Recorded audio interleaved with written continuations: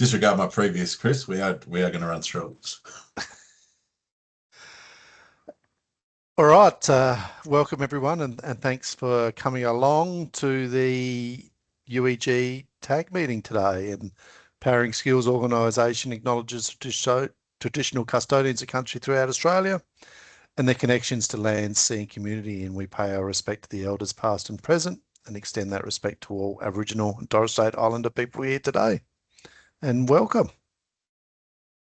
A few things on the agenda for discussion today. We do have a couple of apologies, unfortunately, but I'll get to that in a minute. We'll have some update on where we're heading with our UEE, because generally speaking, there's a little bit of crossover between UEE and the UEG, whether it's some common units or some elective choices that some of the UEG people make in the selection of their units of competency. A bit of an update from our research and policy team. Then we'll just go into where we're heading with our UEG project status and under the matters for discussion. Bit of an open to the floor question and answer session, and then we'll close up. So due to our lower numbers today, we'll probably be a bit give you a bit of time back in your day, but thanks for coming along. So our full UEE package, for those people that might not be in the know, we are doing a full UEE review of our training package, and as I mentioned in the intro, there are some units of competency that do cross over into the UEG space. The people that package up the UEG generally pick a few of those UEE units to go into that space as well. But at this stage, we're on track. There's quite a few UEE units of competency and qualifications that we're looking at. Started off with 75 qualifications and 554 units of competency and a whole lot of skill sets. So we're working our way through that. So you can see in that magical pie chart there that shows our progress along the way. But we're gradually putting some products out for consultation as we go along, and our next release is due at the end of August. So just jump onto our website and you'll be able to view those products if the UEE takes your fancy. Thanks. And I'll just switch over to Pete. You can do some research and policy updates for us. Great, thanks, Phil. So look, I guess really quick sort of run through here of a few key things that are going on. Some of them you're probably well aware of already, but I think worth mentioning. You know, as always, an ever-evolving space in terms of national policy. We've seen obviously release of the AEMO's 2026 ISP, which just really reaffirms that renewable energy connected by transmission and distributed, firmed and with storage and backed up by gas still presents the least cost way to supply secure, reliable electricity to consumers. So, you know, obviously no deviation from the plan then. So, you know, I guess we know that there's going to be continued strong need there. Looking at what some of the numbers behind that look like, we can see the NEM's projected to need about 17 gigawatts of flexible gas powered generation by 2050, adding to and progressively replacing all of today's 4 gigawatt mid-merit and much of today's 8 gigawatt peaking gas power generation capacity. So, you know, some interesting activity and insights there.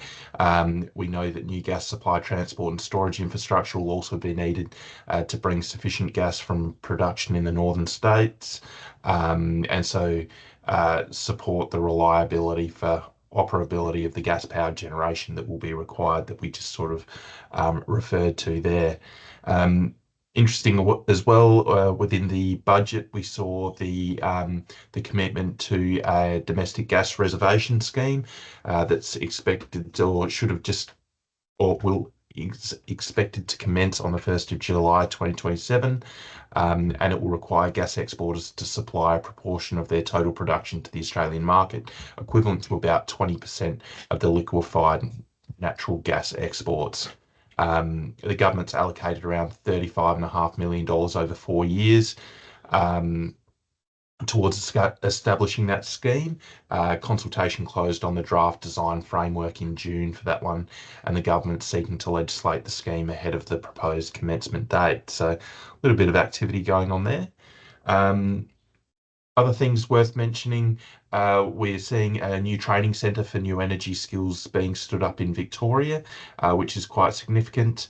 And although I guess unclear as to if it will have UEG qualification or delivery within there, we know it will support up to 2,000 tradespeople a year in terms of plumbing, gas fitting and refrigeration workers.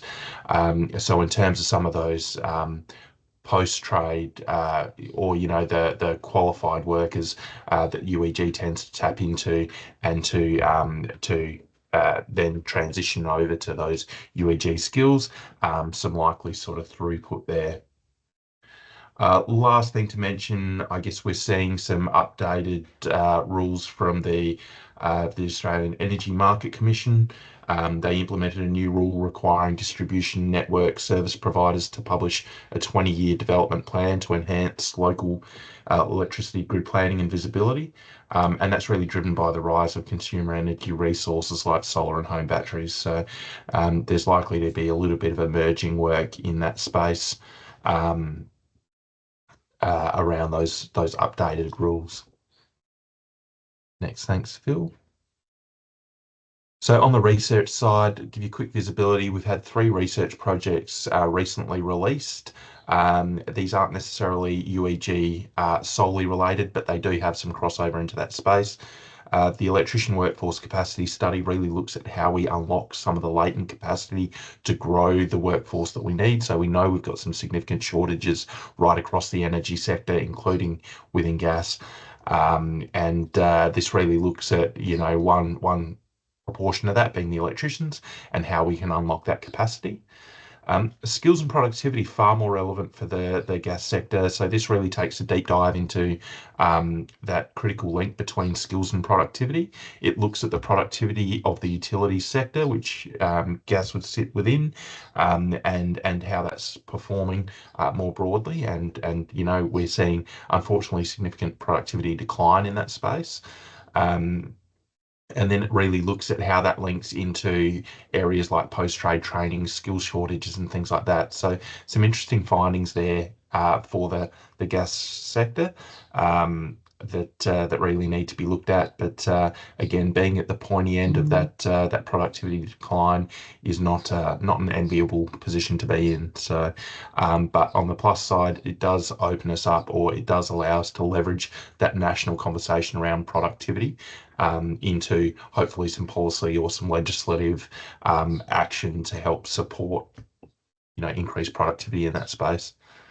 The last one really looks at transitions from secondary school into the workforce, and how the secondary school curriculum aligns with what's required for people to be successful in apprenticeships and those certificate 3s throughout the sector. So again, an interesting piece of work if you're got any sort of interest in that space. Thanks, Rachel. And for visibility on what's coming up for us, we've got a targeted workforce update coming out in September. We've got a briefing paper we're writing about apprentice poaching, policy paper coming out in October to November, and a look at the impact of data centres through November to February. So there's some of the things that are coming up in the next 6 months, along with updates to our data dashboard, which provide those workforce insights. That's about it from the research and policy side. If you've got any questions, just give me a yell, or happy to have a conversation outside of this meeting as well. Thanks, Pete. Thank you. So one of the key reasons as well for having this UEG TAG meeting and catch up is, besides the regular contacts with the stakeholders, was to let everyone know that we have been approved to review the UEG training package. So that will involve looking at the current UEG qualifications. There is 4 qualifications that we'll be looking at. There's a Cert 2, Cert 3, Cert 4, and a diploma. There is some skill sets course that are attached to this, and there is 105 units of competency. I suppose one of the things that we'll be doing, so we're starting off, we've already started the project, I suppose, in a sense, but over the coming months, we'll be gathering some information on what, if anything, needs to change within the training package. We will need to bring them into the new templates. That's sort of part of the process. But just looking at new technologies, looking at the delivery processes. We've had a lot of talk recently about hydrogen, and then it's backed off again, then it's sort of filtering its way back in again. There's been some talk in the biofuel gas space as well.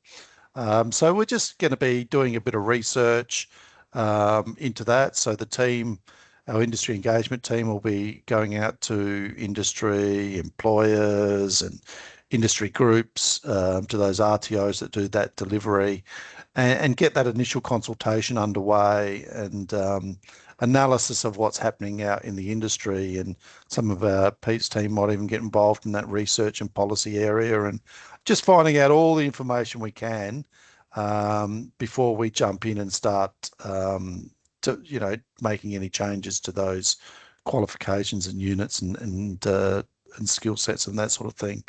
And I suppose a key part of when we after we get that initial consultation or back early next year, we'll be putting together a technical committee.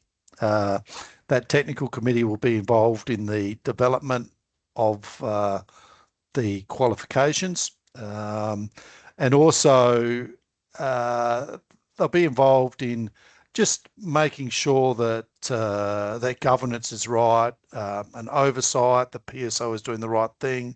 We're getting out to the right stakeholders, and following what we call the training package organising framework, which is basically the legislation that we've got to follow as a Jobs and Skills Councils to put together the new training products.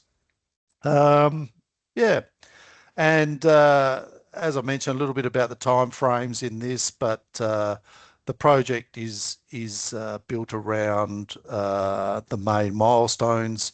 So as we mentioned, the project was established back in June, and we're just starting to put together those consultation lists, getting together the needs analysis, or we'll probably be calling it a job functional analysis, but putting together that background information, the project plan, and how we go about all of that. We're starting to, in the coming months, look at the products themselves, and just doing a bit of what we call probably a desktop analysis as well, to look at the products and see where they're at themselves. And then when it comes to next year, after I said we get our technical committee together probably early next year, drafting those products together, we're looking to get out for our public and government consultation later in October of 2027. And then by the time we bring it back, make the changes, incorporate the feedback, go out to the government agencies and all those sorts of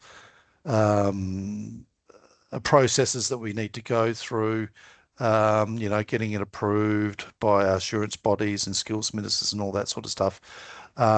We're looking around that finalisation and completion, where it is submitted for endorsement in March 2028. which generally takes a month or a couple of months or so to get through that process. So that's our timelines. When we look at our approach, Well, I'll talk to this one. all right, mate. Yeah, go. Save me talking all the way through it for sure. Go for it. No worries. So just want to explain briefly how PSO is approaching the evidence base for this and our other work. The key point is that the formal engagement window is important, but it's not the only point where we gather input. Stakeholder engagement is a core business for us. The discussions that we have with industry, employers, RTOs, regulators, and other stakeholders all feed into the picture we use to inform this review and our other work. We're also not just looking at what's needed today. Part of the role here is to look ahead and test what the workforce is likely to need over the next few years so that any changes we recommend are useful beyond the immediate moment.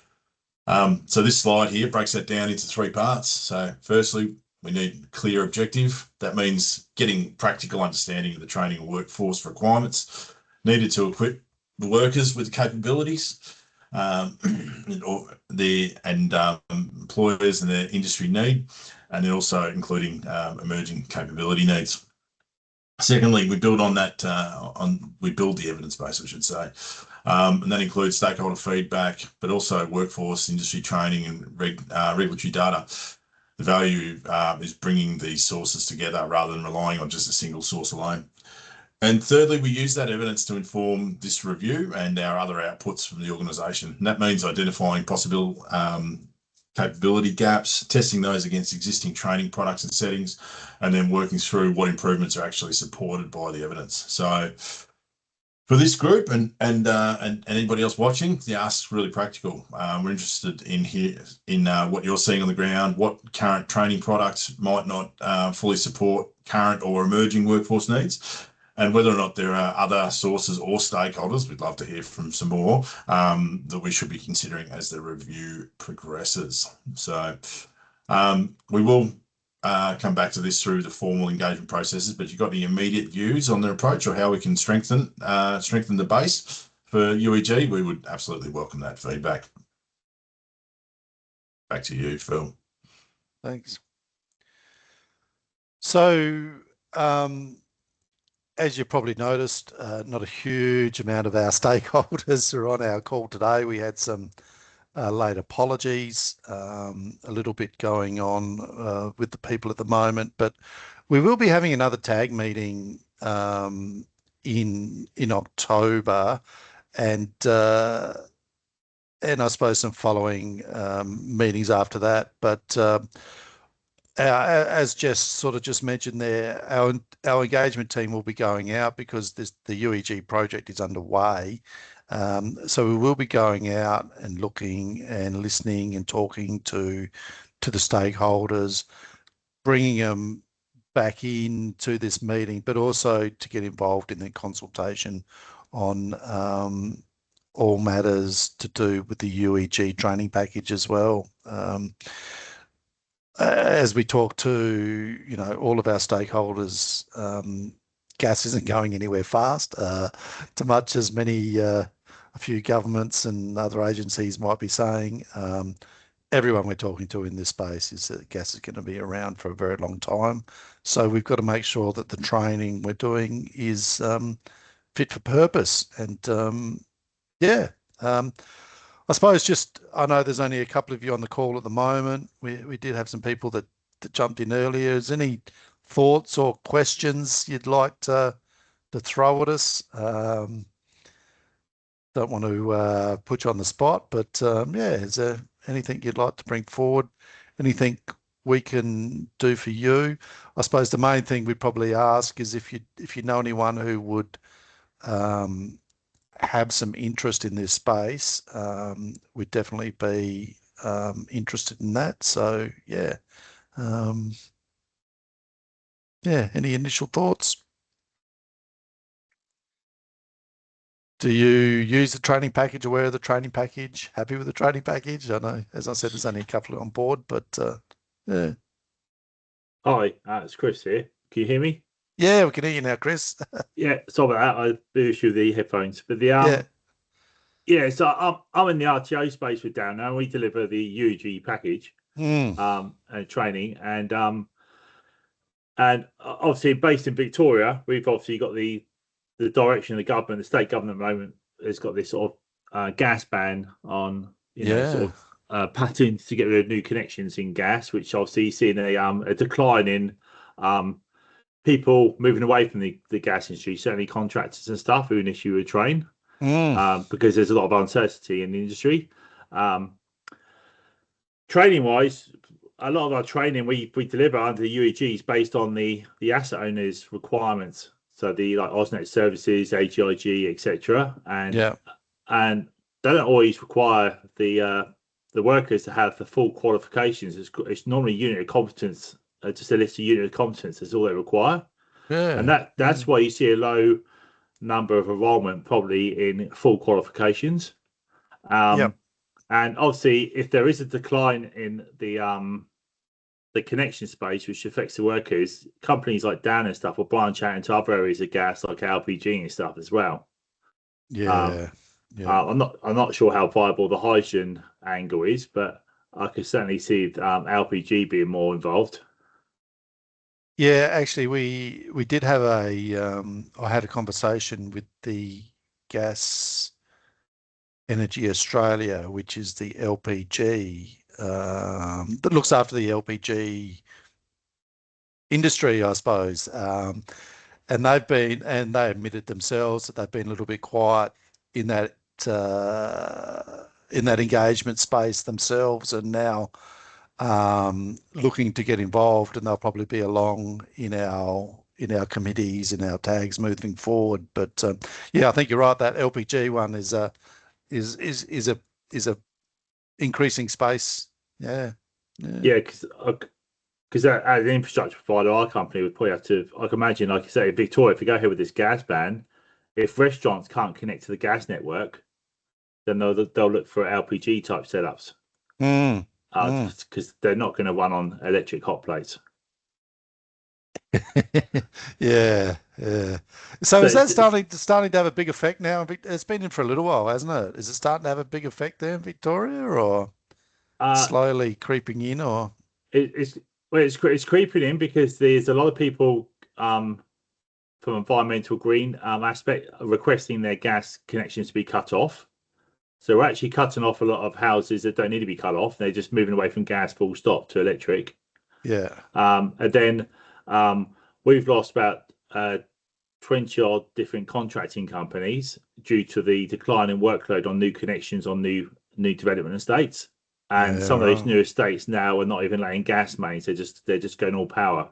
And if there's no change or backflip with the state government in the election in November, it's a tricky scenario. Yeah.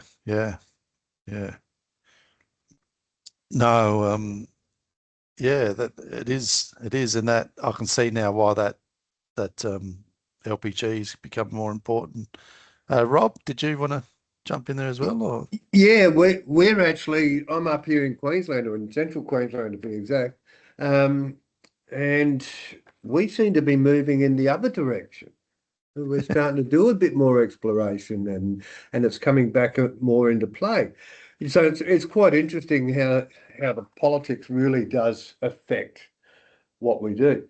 But my real keen interest is in the emerging technology and the emerging gases. You mentioned hydrogen, Chris. How that's going to come into play. Are there thoughts about the upskilling and reskilling of the gas workforce to handle the renewable side? Yeah.